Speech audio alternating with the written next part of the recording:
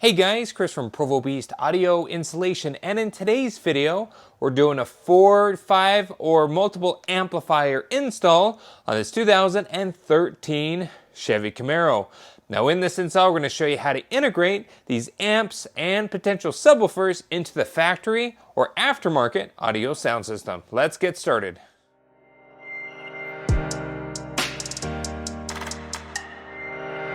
Couple of things to note here. We have the Z71 trim, so this actually comes equipped with a factory amplifier.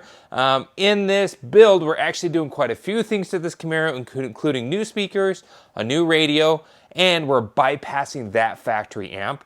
So we're going to cover quite a few different elements within this install, although we do have some simpler installs in case you have a more basic trim or you're simply adding just an amp and sub. We can link various videos down in the description. So without further ado, let's head to the bench, show you the parts that we're going to need for our install.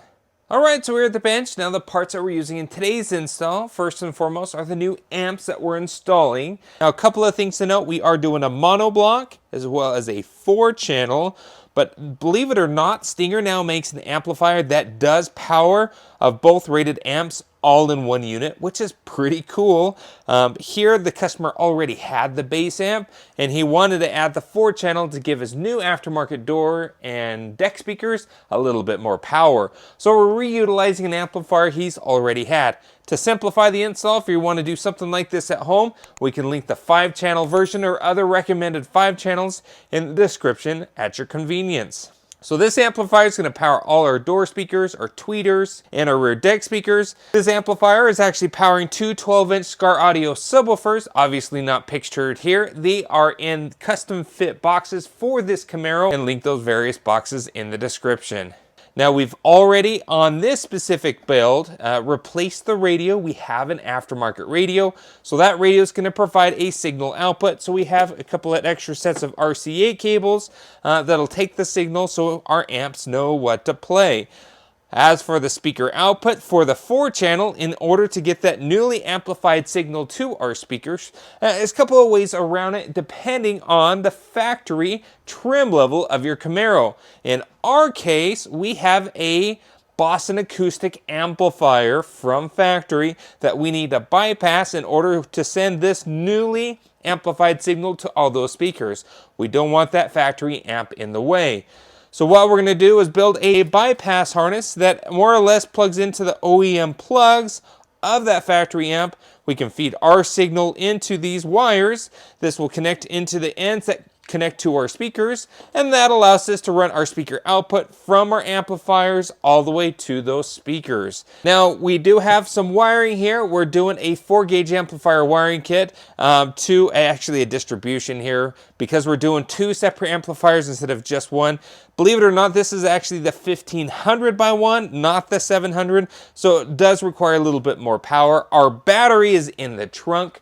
Depending on your application, you may just need a single 4-gauge kit, and since your battery's already trunk, it makes this install for a basic amplifier pretty easy. We've already done some R&D here, and as you can see, we have this piece of MDF wood that we've already carpeted, and this will fit by the battery in the spare tire well, which obviously there's no spare tire anymore.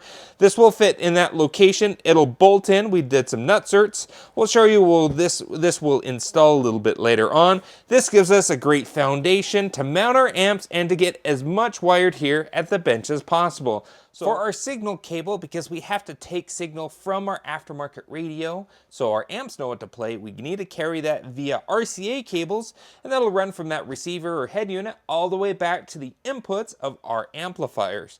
Now, because technically we're running a 6-channel input, 4 channels for the interior speakers, and 2 channels that act as a mono for our sub amp, we need 3 sets of RCA cables that are 2 channels.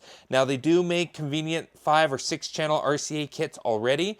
We just had multiple runs already purchased for this build, so we've taped them all together about every 6 inches or so, and a remote turn-on wire. Our aftermarket radio is going to trigger that amplifier rack to turn on as soon as it does. So this goes to generally back behind the radio to the blue-white wire to trigger our amps to turn on as soon as the radio boots up. We're going to run this wire on the passenger side, just under the kick panels that come off pretty easily, working our way into the trunk so we can go get this installed. Here's your speaker wire here. Now this is, like I said, 9-conductor cable. This is by Metra or Axxess. And inside this specific package is about 20 feet. Looks like this. So when you strip the shielding back, you have all your speaker wire here. And cover those. White is front left, gray is front right, green is rear left, and purple is rear right. You also have a 9th conductor, which is a remote turn-on built into this. Now in our case, because our 4-channel amp's already located in the trunk, and the factory amplifier is also in the trunk, we don't need 20 feet in our application. We're going to use this, it's about 3 or so feet, and that'll carry that signal from our 4-channel to our bypass harness, which we'll cover here in a moment, which we'll solder in here. So our output from the amp will go into our bypass harness, which will carry that signal to all our speakers. Now, if you don't have the factory amp and you have a bass trim, so you're going to go with a 20-foot run of this, and that 20-foot, same principle, you'll connect your speaker outputs from the amplifier. You run this 20-foot along with those RCAs all the way up to the radio, and if it's a factory radio, it'll go into a T-harness by pack, which we can link in the description. Or if it's an aftermarket radio, what you'll do is on your aftermarket radio and its corresponding harness adapter is you'll just terminate and isolate the speaker outputs from the radio, and the ends from the harness adapter you'll connect into your 9-conductor cable. So our speaker wire output from our amp goes right into the harness adapter, and that'll carry the same signal to all our doors. So same principle. The T-harness is more or less just the same as well. Now, there is no off-the-shelf bypass amplifier harness on the market for this generation and year Camaro. But being that it's Chevy, it's GM has used the same harnesses for their factory amplifiers since about 2007, even to current day. They look like these. This harness fits GM vehicles. It's the same plugs. It's just not wired the same, right? What we can do is do a little bit of research to determine what wire goes where, make our own harness, and essentially this still remains a plug-and-play application, and we'll send our signal into these. We'll just ensure that we wire it correctly, so we're sending the correct signal through the correct speaker wires that'll go to the correct speakers. Now, I've done a ton of R&D already to determine in the Boston Acoustic trim what wire in this Axxess harness goes where, and those speaker wires that we're using in our application, I went ahead and twisted them just to isolate them from the ones that we're not using. Now I'll actually make this nice and pretty and put this up on the screen here, but essentially the way that the Boston Acoustic amplifier is wired is your front doors, front door left, the tweeter, and the mid bass are on the same channel, which tells you that's generally a full range signal going to those doors. Now, our rear deck speakers are a little bit different. The way that they added a deck, rather than having simply just a rear fill, they used a 6x9 basically factory sub. They're two 6x9 factory subs. Typically there to play the lowest ranges, and they have tweeters floating above it. They have two separate speaker leads going to the rear deck speakers, specific crossovers in the amplifier that'll send different signals to that coaxial setup in the rear deck. Now in our application, we're just replacing that factory sub and tweeter combo with just a 6x9 coaxial there, and so we only need one set of speaker leads. There is a center channel as well, but that center channel is not going to be powered in our application. We're just going to leave it untouched there. Now looking at what I've diagrammed here, we've twisted these wires here together. The ones that aren't twisted, when on the factory side, there's nothing connected to them, so I didn't twist them up. And then on this harness side, the yellow and the black is actually constant power and ground from that factory amplifier. We don't need that in our application. And then there's also this gray set that's not connected to anything on the other side. Now in this video, we're not showing you how to remove the radio or replace the radio, because we already have that fully documented in another video, which more or less walks you through step by step on how to pull out the OEM radio, especially the parts that you'll need for the install to convert that over to a standard side doubled in and reinstallation. So check that video out. It'll be in the description. Back here in the car, here is our RCAs that run into the dash. Fit them up underneath, and then they work their way down. We'll show you where they go here in a moment, but that'll carry the signal for our amplifier out from the radio all the way back to the amp's RCA inputs. Remote turn on wire, we're gonna tap into the blue-white wire on the back of our aftermarket radio. Again, that's called the amp turn on.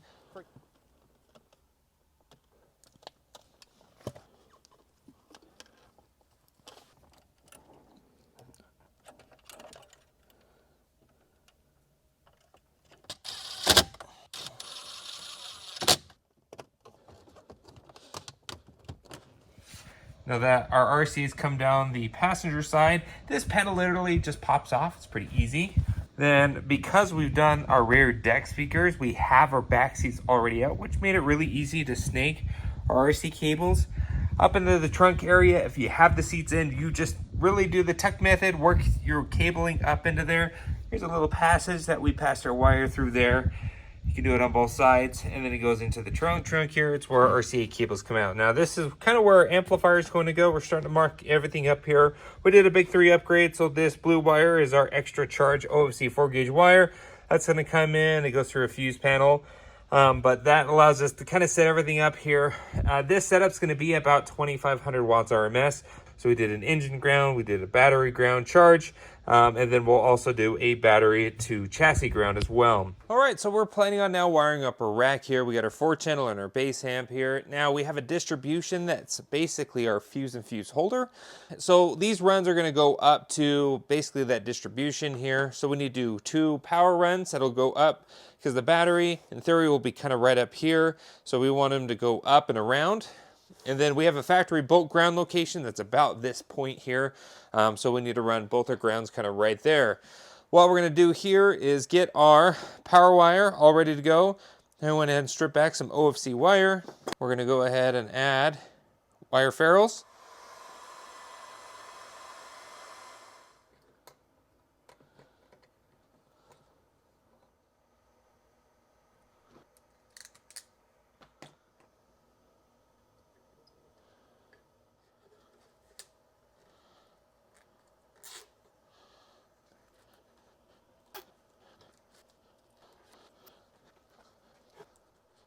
All right, so we spent some time preparing our amplifier mount here. Now, obviously, everything is almost wired up, but let's kind of review the connections that we have thus far. Now, starting on our bass amp, we got power and ground. Power is going to go up to the fuse and fuse holder and to the battery positive. Ground is going to go either to the ground on the battery or a factory ground location. The remote turn on wire is that center pole there, and that's going to be from the remote turn on output of your radio. If you don't have one, if you're doing a line out converter, regardless, this is going to be needed in order to turn on the amplifier, as this amp doesn't necessarily have any sort of internal circuitry to turn itself on. We got our speaker outputs there. These are going to go to our subwoofer boxes. And now we need to connect our RCAs and our bass knob on that end. But those are already running in the car, so we'll make that connection as soon as we mount our amplifier rack. Over here on our Ford channel, we have that all wired up as well. Now we got power and ground also coming down here. Now, our remote turn on is going to go in here, and it's going to snag and use that as kind of a distribution to also turn on the other amplifier.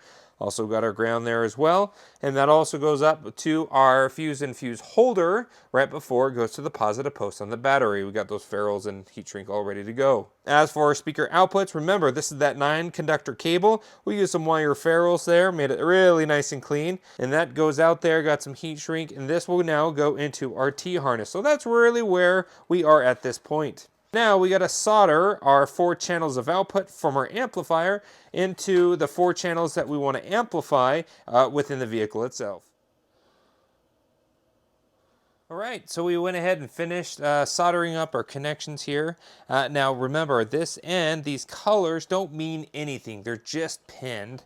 And that's why we're going to provide you that diagram so you know which each one of these colors go, because it doesn't follow any sort of guideline on this side. Remember, we found a harness that works, so just keep that in mind. On this end of things, obviously, these colors do matter because we're following aftermarket wiring guidelines. And we got basically all those soldered in here. Here's our 4 channels. All other wires that we're not using in our install, we cut short. And then this constant power ground, we went and put butt connectors. We just don't want them to short out. You can depin this if you want. It's really up to you. At this point, let's move our heat shrink up and over those connections. We'll shrink them down with a heat gun, and then we're going to lune up our harness with some high temperature Testa tape.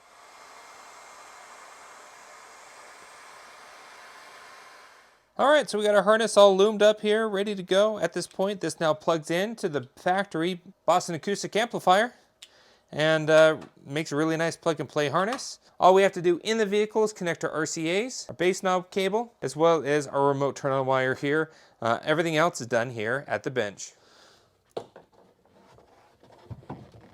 All right, so we got our amplifier mount all in.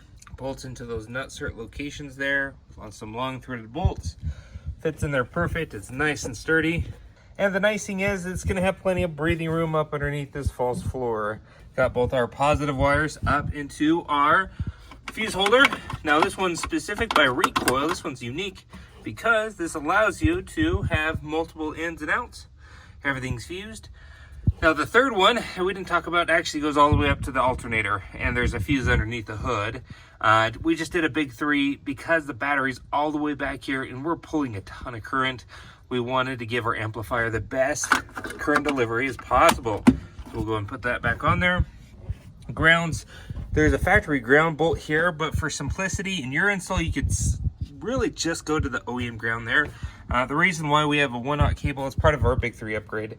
And so we cleaned up the factory bolt right there. You can kind of see the end there. You got that all in. Just nice factory grounding location. Again, it's probably easiest for you just to go right to that negative stud. Our RCAs from the radio come down here. They go along, got it all zip tied. Got our base set of RCAs and our 4-channel set of RCAs. Those are all in. And then here we got our speaker wire output. Remember, through that 9-conductor cable. And it goes in here. And this is where it comes. Now, here is our factory amplifier. Now, again, it's just pinned like the Bose style. So these should plug in here. These are the harnesses here. The smallest harness is your input harness from the OEM radio. Your 2 bigger harnesses are your power and your speaker outputs. So these literally plug in. The only thing we had to modify, so on this gray harness, we had to do a little bit of trimming on the harness. So we trimmed off this little edge here, as you can kind of see. It's a little bit shorter. And then we also trimmed this side so it would fit inside our harness adapter. Sub output wiring, we just followed factory loom. It's gonna go to the back of the sub box there. All right, so we just got our gains all set. We got our harnesses all plugged in here. We just gotta tuck them up and out of the way. But essentially, they're all in, everything's bypassed. We can go ahead and get the false floor in and get the carpet in. And then from there, we can actually go ahead and slide our boxes in as well. All right, there is our subs. Our trunk is all reassembled here. These are 212s, these are SVR, so these are about 800 watts RMS a piece. They're about the biggest ported box that you can get for this Camaro. So we went ahead and picked these up. Now, if you're interested in anything else that we've done on this vehicle, we also installed new door speakers, dash speakers, rear deck speakers, we did a radio, and we did other various installs. So if you want to see any of those videos, we'll link those videos in the description at your convenience. Now, if you like any of the parts that we've used, we'll link those along with anything else that we recommend in the description of this video. Thanks again for watching. Be sure to hit the like button if you liked what you saw, and don't forget to subscribe to post great content on the channel all the time. We'll see you in the next video.